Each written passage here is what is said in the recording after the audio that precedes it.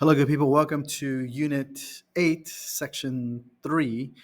We revisit the idea of the integral as an accumulator, meaning that we are looking at some problems where we are given a rate of change and we're going to take the definite integral of that. What does it give us? What's the result? What does it represent? And we had this conversation in Unit 6 towards the beginning. And I want to go back to Unit 6 and just remind you of that conversation. And it happened pretty early on when we realized that the definite integral can give us the total amount or the net change in the amount of the original quantity, right?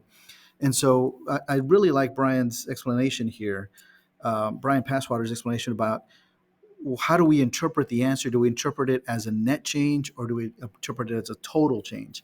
And so when we look at this, his statement, remember, if you're only adding areas or if you're only subtracting areas, then we use the word total.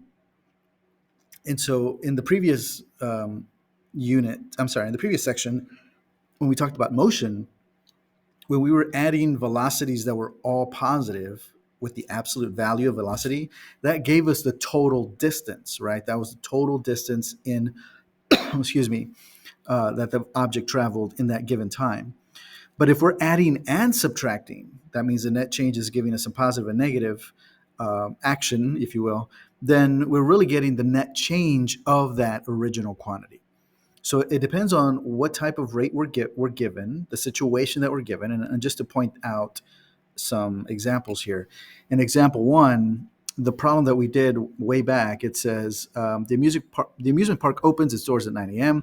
The rate that people enter the park is modeled by that function, and then they wanted us to find the integral of that function. So this is the rate at which people are coming in. So there's just more and more and more people coming in. So when I figure everything out, that's going to be the total number of people.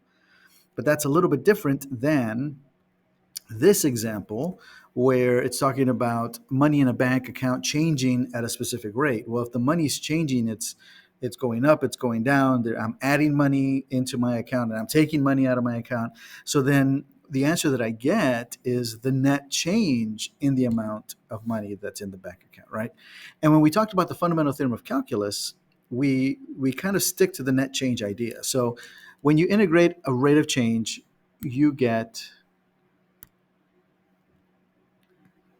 the net change in the original quantity.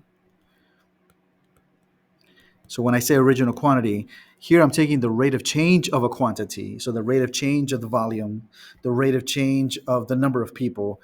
But when I talk about the original quantity, I'm talking about the actual number of people, the actual volume, right? So the net change in the original quantity, or I guess we can also say the total of the original quantity.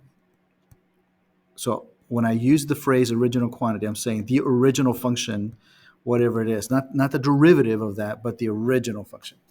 And so we're going to take a look at some examples here in this video and the upcoming videos just to kind of get our mind into that idea of we're going to read a problem. This is a situation. They give us a rate, and then we have to read what are they asking for, and in what way are we going to set up an integral to help us with that. Okay, number one.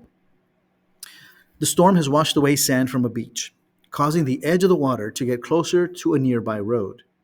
The rate at which the distance between the road and the edge of the water was decreasing during the storm is modeled by R of t equals e to the negative sine t feet per hour, t hours after the storm began. The edge of the water was 200 feet from the road when the storm began.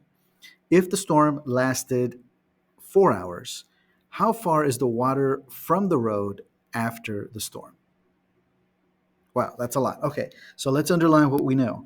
We know that the rate at which the distance is decreasing is modeled by this equation. So this is the rate. That's the first thing I know. The other thing I know is the edge of the water is 200 feet when the storm began. Okay, so the distance is 200 feet at time zero, because t is hours after the storm began. So at time zero, why don't I just write it this way? At time zero, the distance is 200 feet.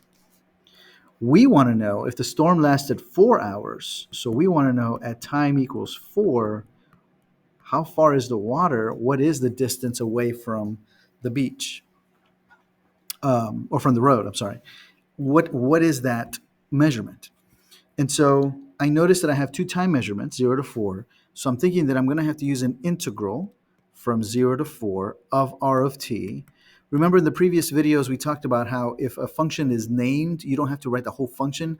You can just write the name because it should be kind of explicit that is the function that we're talking about, right? If it's not given a name, then maybe you might want to give it a name and then you just use the name. So r of t, f of x, g of t, whatever it is.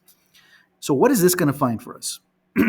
Well, this is going to find the net change in the distance here, but it's decreasing, right? It's being subtracted from the initial edge of the water. So my initial edge of the water is 200 feet, but we're going to subtract this amount because this is the amount that it's decreasing during the storm. In those 4 hours, when I find this, this is going to give me the net change in that distance. And what it's going to give me, let me use the green since I had already used the green. What it's going to give me is the how far the water is from the storm. How far the water is from the road after 4 hours. After 4 hours. And I can even say after the first 4 hours, right? So I start 200 feet from the road. The R of t function is telling me how much the water edge is decreasing. The distance is decreasing between the road and the water edge. It's decreasing. If I take the integral, that's going to tell me how far it actually changed. In this case, it's decreasing, so that's why I subtracted. And that's going to give me the answer that I'm looking for because that's going to be how far is it from the road after 4 hours. Great. So how do I figure that out? Well, I have to find the integral there. But this is a calculator question. So I go to my calculator. If I can find it. Oh, there it is. Let me try to make it a little bit smaller so that we can let me clear everything. So we're going to do a math 9. Well, before I do a math 9, let's type in that 200. So let me frame it a little bit better here. So we're going to say 200 minus math 9, which is the integral. And we're going to take the integral from 0 to 4 of r of t. Now, r of t, we had said, was e to the negative sine t. So I can write e, which is right here, to the negative sine. I'm not going to use t, I'm going to use x. And then I'm going to say dx. And that should close it out. I am in radians since I am using a trig function. And that's going to give me the answer. And the answer is going to be 196.937. So I'm going to write this down. 196.937. 196.937. Now, what are the units here? Well, the rate was in feet per hour. So this part was in feet per hour, but dt is in hours, so the hours are going to cancel, and so I'm left with feet. So that's where the water is. 4 hours later, that's where the water is, how far away the distance is from the water to the road, the edge of the water to the road. Now, how did I do that? How did I do that? Because I knew that this was the rate. I took the integral of the rate, and that gives me the original change in the original quantity. We're going to do some more examples like this in the following videos so that you can kind of get the idea of how to set these up.